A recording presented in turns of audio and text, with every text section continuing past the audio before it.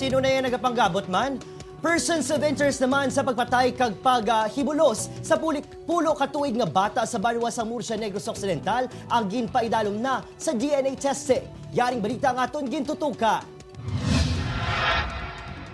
May pila sa kinatawo na damage ang kidney kag ginkuga tubtob mapatay. Pila lang ini sa mga nakita sa autopsy report sa bangkay sa pulo ka tuig nga grade 5 student nga ginapatihan ginsakit pa antes ginpatay. Ginatubod nga persons of interest ang mag-amay nga tupad balay sang biktima.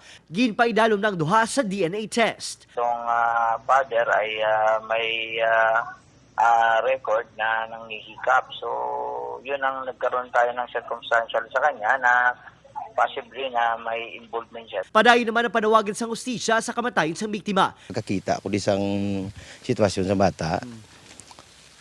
Wala ko yan hadlok sa sitwasyon niya, kundi nga naluoy ko. Ang mga tupad balay sa biktima nagapasaling nga magbulig tubtob malabot ang hustisya. Dan tinlo pasabla pag ano hindi duwa dogin transfer na lang sabla. Yawa gid na sudlan gid sa yawa.